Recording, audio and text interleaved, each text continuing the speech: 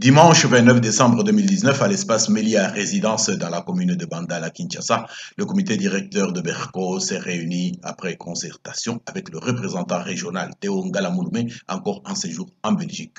Sur quoi cette réunion portait-elle? Suivez cela dans ce reportage réalisé pour EuroAfrica TV par Patrick Toubakabea de l'agence multimédia OCM. Point à l'ordre du jour, dans le premier préparatif des présentations des vœux aux membres de Berco. Pour les membres présents, nous avons engagé une discussion. Quand est-ce que nous pourrions organiser la cérémonie de présentation des vœux? Il y a eu 3 propositions de dates. 31 janvier, un vendredi, le 8 février et le 15 février. Ça, c'est le samedi. Et en définitive, la majorité des membres a convenu que la cérémonie de présentation de vœux à tous les membres de Berco puisse avoir lieu le 15 février. La réflexion sur les lieux et l'heure reste encore à déterminer. S'agissant du second point, la problématique de la mise en circulation de la carte d'identité, aussi bien au niveau de la République et l'amélioration de l'obtention de la carte au sein de notre organisation. Alors, le bureau d'études et de réflexion pour le bien-être de la communauté Berco ainsi a estimé qu'il est très difficile d'envisager que ce soit la couverture maladie, la caisse de solidarité nationale, sans un soubassement sur la densité de la population. La carte d'identité va permettre d'avoir la maîtrise des données, c'est notamment, surtout, les numéros du registre national, à défaut d'une carte d'identité. Mais la carte d'identité, c'est la conclusion de l'existence d'une identification de la population. Nous disons aussi que pour doter le peuple congolais ou notre population d'une carte d'identité, ça ne devait même pas demander plus de 100 jours. Pour nous, on estime que de la même manière, la politique qui est utilisée pour la conception des plaques d'immatriculation, il n'y a personne qui se fait fabriquer une plaque d'immatriculation après l'achat de son véhicule.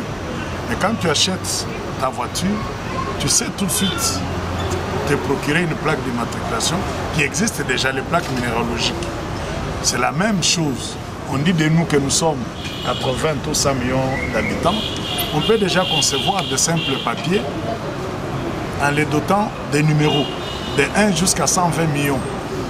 On peut les redistribuer, on peut passer de la première carte provisoire à la seconde provisoire jusqu'à ce qu'on ait une carte définitive. Alors, il n'y a pas de raison que nous puissions rester comme ça, sans carte d'identité. Ça nous met tous en insécurité, parce que nous sommes dans un pays où même la publication des bans, c'est-à-dire pour ceux qui veulent se marier, on vous dit que la forme de mariage légale en RDC, c'est la monogamie. Mais tu peux aller te marier dans chaque province en faisant une simple déclaration. La publication des bans, ce n'est pas vérifié, ainsi de suite. Alors nous voulons quand même que l'État puisse nous sécuriser. Moi-même, j'ai tenté une expérience. Je suis allé dans un même parquet. Je me suis présenté devant 3 magistrats avec 3 identités différentes. C'était pour des raisons d'enquête. Donc vous voyez que chez nous, c'est chacun qui s'octroie une identité. Et c'est la même chose. Vous pouvez aller dans n'importe quelle commune, vous attribuez une identité. Alors tout ça, ça nous met dans l'insécurité.